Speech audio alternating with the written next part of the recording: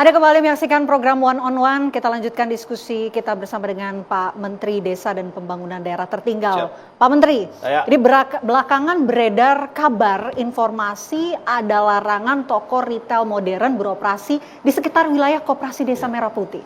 Benarkah larangan tersebut, Pak Menteri? Ya, saya kira inilah bahayanya media sosial yang mungkin sebagiannya tidak bertanggung jawab dalam bermedsos ya. Dan saya kira ini perlu kita ambil pelajaran.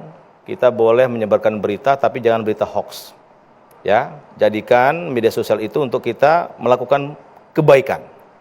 Jangan menyebarkan fitnah. Atau apalagi membuat propaganda dan provokasi. Yang akibatnya itu mengganggu stabilitas atau mengganggu hajat hidup orang banyak.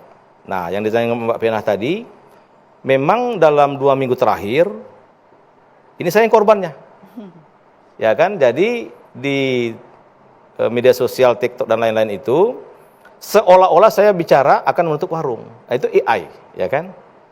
Dan saya nggak pernah menyampaikan itu satu kesempatan apapun. Nah, maka untuk tertibnya bermedsos, karena saya lihat yang netizen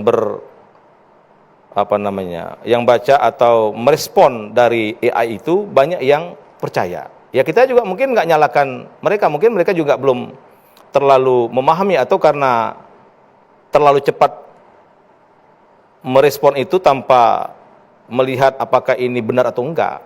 Nah, maka untuk menghentikan ini kami akhir Juli kemarin, dan kemarin juga baru 1 hari yang lalu tim Kemendes datang ke Mabes Polri, Mbak Pena, untuk mengadukan yang membuat fitnah ini. Jadi Menteri Desa, Menko Pangan nggak pernah bilang mau nutup warung, tuh nggak pernah. Dan itu nggak mungkin terjadi. Saya kan orang desa, nggak mungkin itu. Dan itu arahan Bapak Presiden, termasuk badan usaha milik desa atau toko kelontong. Saya langsung tanya Bapak Presiden waktu bulan puasa tahun lalu, ketika Kopdes dibentuk, saya bilang, Pak, gimana Pak Presiden? Ada badan usaha milik desa di desa itu, atau ada kegiatan ekonomi lain, sama-sama jalan. Tidak boleh saling meniadakan. Jadi ini fitnah besar. Jadi saya minta hentikan itu, dan saya minta tangkap tuh orang. Karena menurut saya ini tidak sehat yang begini, ya. Jadi janganlah mengganggu program yang mulia ini, diganggu dengan hal-hal yang tidak bertanggung jawab. Apalagi itu meresahkan masyarakat. Ya istilah saya itu kalau nggak bisa membangun, ya jangan merusak, itu lebih baiklah. Ya kan? Atau kalau tidak bisa membantu pemerintah, jangan merecoki, cukuplah. Ya. Jadi kita sebagai anak bangsa, sejatinya kita sama-sama punya tanggung jawab membangun negeri ini. Minimal hati kita ini bersih. Tidak boleh menyebarkan fitnah dan hoax itu. Nah, salah satunya karena itu saya pastikan 100% hoax dan berita fitnah, saya sudah lapor ke Mabes Polri untuk menangkap orang itu biar ada efek jerah. Jadi jangan main-main bermedia sosial, karena itu ada undang-undang juga, undang-undang ITE. Ya kan? Jadi boleh kita punya kebebasan, Mbak Pena. Tapi kebebasan kita itu dibatasi dengan aturan yang ada. Jadi jangan tidak bisa kita semena-mena, tidak bisa kita melakukan apa saja tanpa tanggung jawab atau tidak sesuai dengan fakta. Itu akan ada akibat hukum. Nah, maka saya minta betul dengan Pak polisi, sekali lagi tangkap orang itu proses hukum, dipublish. Nah, mudah-mudahan yang lain tidak ikut-ikutan. Karena harus kita hentikan yang begini, tidak sehat begini. Ya. Kita nggak ngomong, dibuat seperti ngomong. Dan yang kita nggak enak itu ada masyarakat yang terprovokasi, ya. Akhirnya menyerang pemerintah, kemudian mencaci maki pemerintah. Sementara pemerintah kan nggak melakukan itu, gitu. Justru pemerintah dengan adanya Kopdes ini, Mbak Pina, ingin berkolaborasi. Ya, ingin berkolaborasi. Tidak ada yang ditinggalkan, tidak ada yang ditiadakan, gitu loh. Maka kita menganut itu, kata Bapak Presiden itu, kita ini bukan Superman tapi super team. Bagaimana Kopdes nanti kerjasama dengan UMKM? Bagaimana nanti Kopdes bersama dengan warung-warung kecil? Bagaimana Kopdes bekerjasama dengan badan usaha milik desa? Jadi ini nggak ada dalam sedikit pembenak kita untuk mematikan kelompok usaha yang lain. Justru kita kaderan Kopdes ini ingin di desa itu ekonominya bergerak secara masif dan tidak ada yang ditinggalkan. Jadi saya pastikan berita bahwa Menteri Desa, Menko Pangan Pak Julius ingin menutup warung itu fitnah besar. Dan sekarang kita minta itu diproses secara hukum. Oke. Tapi kan sebetulnya aturan toko retail itu ada ya Pak Menteri? Ya? Ada. Kalau retail modern ada. Yang ngatur itu Menteri Perdagangan. Misalkan lokasinya di mana, jaraknya berapa, boleh dibangun di mana, tanggung jawab sosialnya bagaimana, ya itu retail modern diatur. Nah kemarin juga misalkan ada yang ditutup di Lombok Timur, kemudian ada di Bulukumba, retail modern yang tutup ya, nyalakan saya lagi itu. Sementara Bupati menutup itu karena retail modern itu salah aturan. Nah publik kembali lagi dibelokkan. Karena retail modern itu katanya saya dengar nggak bayar pajak lah, tempatnya salah, ya kan? Ya itu memang harus ditertibkan. Jadi kita bernegara ini ada aturan mainnya.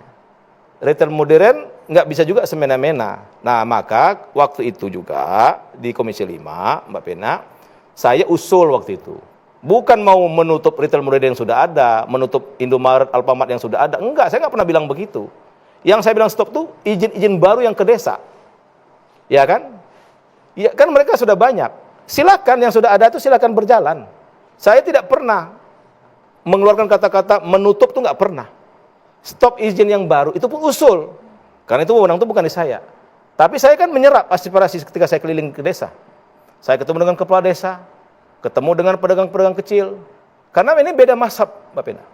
Kalau Kopdes, ya kan, sisa hasil usaha dikembalikan ke masyarakat yang jadi anggota Kopdes. 20%-nya menjadi pendapatan asli desa. Artinya ada dong efek positifnya secara langsung tidak langsung kepada desa. Sementara retail modern kan nggak ada, dibawa langsung oleh pemodal kan. Ya. Nah itu maksud saya, yang sudah ada silakan jalan. Tapi saya tidak pernah bilang menutup. Tapi untuk izin baru yang ke desa-desa, karena sekarang ada di desa itu retail modern itu ada yang 4 retail modern, ada yang 2, ya kan. Akhirnya warung-warung juga banyak mati. Jadi kalau mau menyalakan ya bukan nyalakan Kopdes sekarang. Karena saya dapat laporan dari Pak Ali Mahsun, Ketua Umum Apkali Pedagang kaki 5 itu, satu retail modern didirikan itu membunuh 40 pedagang kecil. Oke, nah kita Kopdes, kita tidak akan ke sana. Justru kita ingin berkolaborasi bagaimana UMKM, pedagang-pedagang kecil itu bangkit bersama-sama untuk memajukan desanya. Oke, untuk toko retail modern baru yang kemudian ingin membuka gerainya di desa-desa, ini tentu akan diatur begitu oleh pemerintah ke depannya. Ya sebenarnya sekarang udah diatur oleh Menteri Perdagangan. Ya kan, misalkan berapa banyak sih di satu kecamatan, dia harus berapa jarak dengan pasar, di mana dia harus berdiri sudah diatur. Tapi sebetulnya di kabupaten memang nggak boleh kan ya Pak? Atau sebetulnya boleh?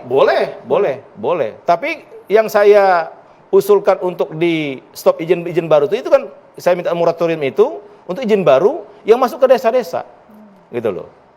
Jadi dan itu saya datangi Menteri Perdagangan, ternyata juga memang banyak yang melanggar.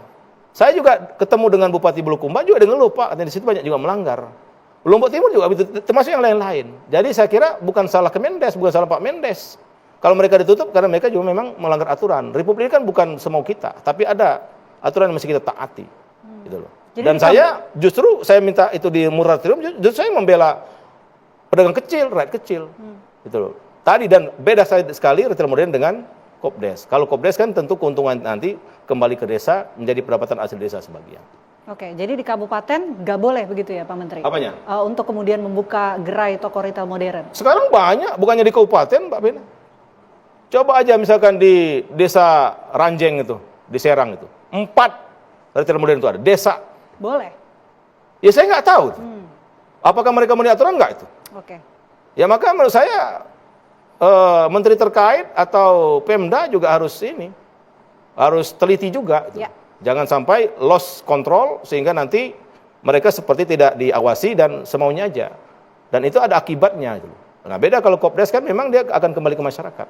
Gitu. Oke, Pak Menteri, kita ingin tahu berapa persen produk lokal UMKM yang nantinya akan ditaruh gitu di Koperasi Desa Merah Putih?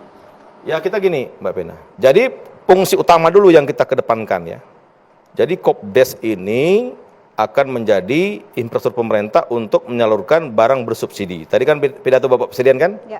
Tidak boleh barang bersubsidi diperjualbelikan. Karena itu uang negara. Contoh gas 3 melon itu APBN tuh. Yang harus dinikmati oleh rakyat yang memang betul-betul berhak mendapatkan subsidi. Tapi faktanya kan masyarakat belinya jauh lebih mahal. Nah itu yang mau diatur oleh pemerintah. Sehingga subsidi uang negara itu benar-benar dinikmati oleh masyarakat. Kemudian tadi dia berfungsi untuk optaker. Nah yang lain, tadi UMKM sekaya Mbak Pina ya, boleh. Bisa nama Kopdes, boleh. Ya. Bahkan dengan adanya jaringan ini, UMKM yang desa ini juga bisa ke desa yang lain. Saling tukar produk, boleh. Bagus malah. Atau misalkan di Kementerian Desa, kita misalkan punya desa tematik. Ya, kalau misalkan desa ini punya Kopdes, dia nanti BUMDesnya atau kelompok taninya punya penghasilan bawang, tapi mungkin bawangnya berlebih di desa ini, dia bisa kirim ke Kopdes yang lain. Jadi bukan hanya UMKM, Pak. Jadi desa tematik ini menjadi program kita juga. Desa ayam petelur, kita buat juga desa ayam petelur. Ujung nanti apa? Kita kesempatan Kopdes dan juga untuk rantai pasok bahan baku MBG. Nah ini maunya Bapak Presiden. Jadi filosofinya sangat dalam, sangat mulia sekali. Dan ini sudah kelihatan sekarang. Contoh kemarin itu misalkan ketika libur MBG kan, ketika sekolah libur. Itu harga telur langsung anjlok tuh. Ya kan? Tapi ketika mulai lagi MBG, harga telur normal sekarang. Malah masyarakat petani telur, peternak ayam petelur malah tersenyum. Atau ayam pedaging juga begitu. Itulah efek efeknya itu luar biasa. Jadi kita ingin atur, Mbak Pena, Kopdes ini di samping infrastruktur pemerintah tadi, tapi dia juga punya fungsi optaker tadi. Nah, optaker ini kan tentu sesuai dengan potensi masing-masing. Kalau di sini padi ya padi, kalau dia jagung ya jagung. Kalau di sini misalkan bawang merah. Kalau misalkan di sini ada desa yang betul. Nanti mau dibuat sistemnya, sehingga tidak ada penumpukan produk yang dari desa itu tidak bisa terserap. Atau ada juga misalkan desa yang lain tidak mendapatkan pelayanan untuk produk yang mereka butuhkan. Atau ada kekurangan misalkan MBG dengan bahan bakunya, tidak. Maka kita akan ada nanti kebijakan closed loop ekonomi. Jadi misalkan kayak MBG itu mengambil bahan bakunya dari sekitar desa itu. Inilah maksud Bapak Presiden itu membangun desa itu. Membangun dari desa dan dari bawah untuk pemerataan ekonomi. Jadi bukan hanya pengusaha-pengusaha besar yang bermain, tapi kelompok-kelompok petani di desa atau anak muda di desa dengan potensi desa yang ada itu bisa bangkit. Dan rantai sirkular ekonomi terbentuk sekarang. Ada Kopdes, ada BUMDes, ada MBG. Jadi saya kira luar biasa ini kalau benar-benar kita kawal. Tapi sekali lagi, kata Bapak Presiden tadi, di pidato tadi, ya memang belum berhasil semua, belum. Ya kan? Belum. Termasuk program-program yang lain. Pak Presiden tidak hanya membangun Kopdes. Kan banyak juga, kenapa membangun Kopdes? Gimana pendidikan kita? Loh yang direhab sekolah 70.000 belum ada semenjak Republik ini ada setahun direhab 70.000 sekolah. Artinya Pak Presiden tidak hanya melihat satu sisi aja yang dibutuhkan. Tidak hanya membangun MBG, tidak hanya membangun Kopdes, tapi jembatan coba kemarin tuh 3.400 diresmikan. Belum ada sebanyak itu. Air bersih 3.000 titik. Terus saja itu. Nah, maksud saya beginilah. Jangan karena mungkin kita gak punya data atau kita asal beda, kemudian ada mungkin ya ada kebencian di situ, itu tidak boleh menurut saya. Okay. Harus kita benar-benar ini negeri kita, bangsa kita. Ya saya kira usaha pemerintah ini menurut saya sudah luar biasa.